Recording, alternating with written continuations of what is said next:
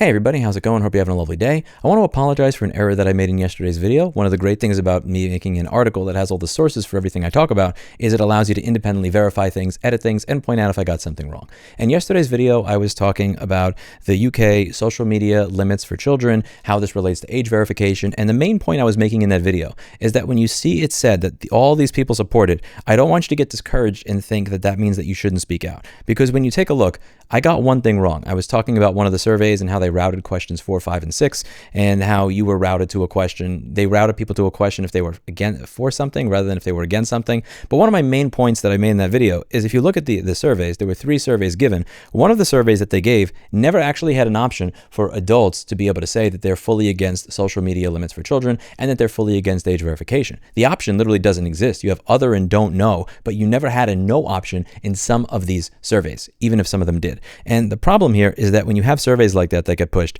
it ignores the overall numbers and the truth. Regardless of the mistake I made in yesterday's video, when you take a look at the number of people who took those surveys, and then you take a look at the amount of people who signed one of those UK government website petitions in a very small number of time, you'll see that the number of people that are against any of these limits or age verification in any way, shape, or form massively outnumbers the people that took that survey, whether the entire survey, regardless of whether the people who took the survey agreed or disagree with the idea. And that's the point that you need to have in your head. The people that are against this stuff usually don't have the money to create very, very detailed surveys, pie charts, graphs, have PR firms that talk about it. And that's something that's going to be important as I carry this into the discussions on 3D printing.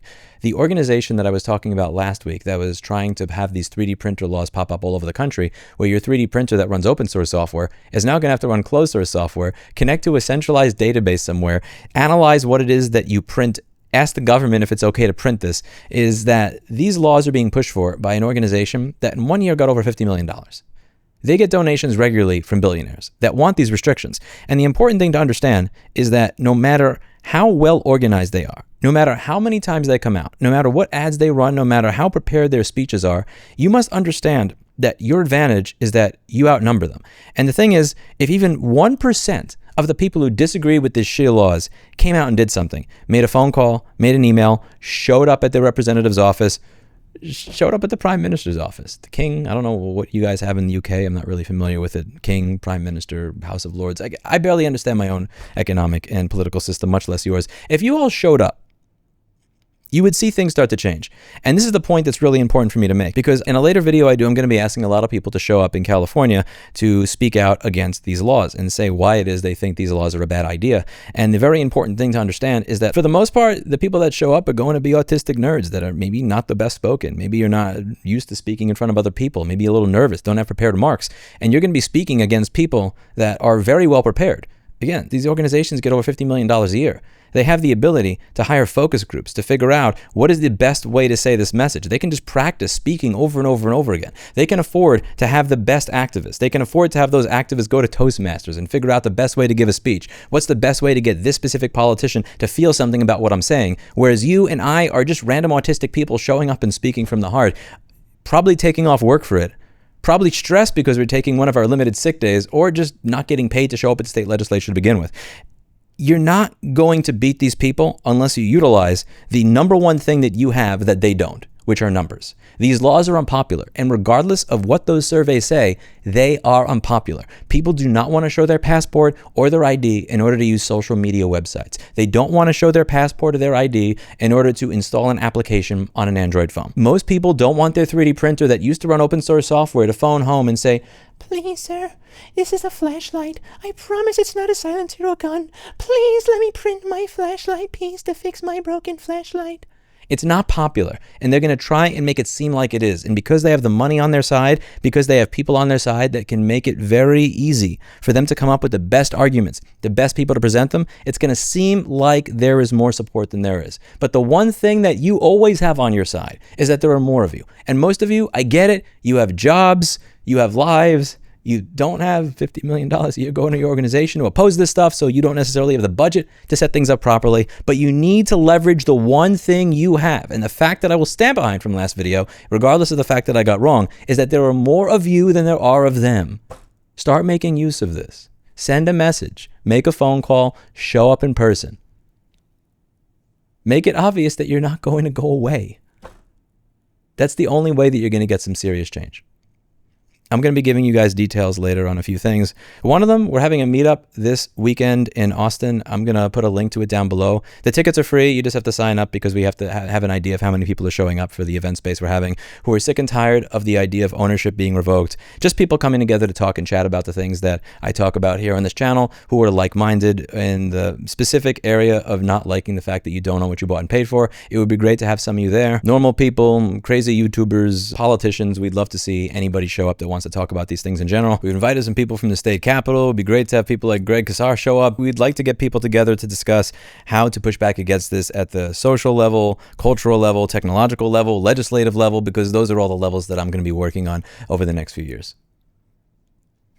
I can't have Blackberry show up though. She doesn't really like being taken out of the house very much. If she were a dog, I would take her, but unfortunately she's a cat, so she really wouldn't like that. But damn it, why are you licking? What's scratchy tongue, girl? Why scratchy tongue? I may be taking this around the country based on how things go at a later date. We're going to see about that. I'll include a link to that down below, and I hope to see you in California next week. And I hope to see as many of you show up as possible when I go over that. But just always remember, there's more of you than there are of them. And the whole point of that video, even though I got the one factual issue wrong, and I'm sorry about that, about the question routing, is the point. One of those surveys never even fucking asked you if you don't like the concept of these bans and age verification. And then this shit gets cited to show that there is a massive consensus for something that there is not a massive consensus for. If you want it to be driven home that there is not a massive consensus for this, you will have to inconvenience yourself. You will have to get up off of your ass. You will have to take time to send an email, make a phone call, figure out who your representative is, figure out how to make your voice heard. This will require thinking. You're not going to be able to leave me a comment saying, Lewis, who is my senator? What is a senator? Where is a meeting? What do I do? You're not going to be able to do that because I can barely manage the things that I am focusing on in my own country. I can't help you in another country when I don't even understand your political system. You're going to have to do a little bit of work, and it's going to suck. It's going to take time away from playing a game, spending time with your girlfriend, boyfriend, living your life, petting your fish, feeding your cat. But it's worth it if you want to live in a world where you still have some level of freedom. Please, I'm begging you, put the time in and do it. Don't leave a comment saying, Lewis, what do I do? Don't email me and ask what I can do. Don't wait for me to give you an answer. Get started. Do something. Something reasonable, but still, do something. In your heart of hearts, when you look in the mirror, you know that there's something you can do to figure out how to form an email, how to figure out who your representative is, how to get together with other groups that disagree with these policies and sign on to letters, how to make some real noise, how to push forward change. You just got to be willing to do it. You have the winning thing on your side. You just don't recognize it yet. You outnumber them. It always drove me nuts when I would show up to one of these right to repair hearings and I would see 14 lobbyists for the manufacturers and I would be the only one there for the pro repair side. And they would always say something like, well, 14 people showed up against this and only one showed up for it. Yeah, the 14 people that showed up against it make $200,000 to $300,000 a year to be professionals whose literal job it is to do the bidding of Apple, Microsoft, and Samsung. The other people who were for this law were busy at the time working jobs that pay 10 to 30 bucks an hour. Like they can't take off in the middle of the fucking day to show up here and explain this to you. It drove me nuts.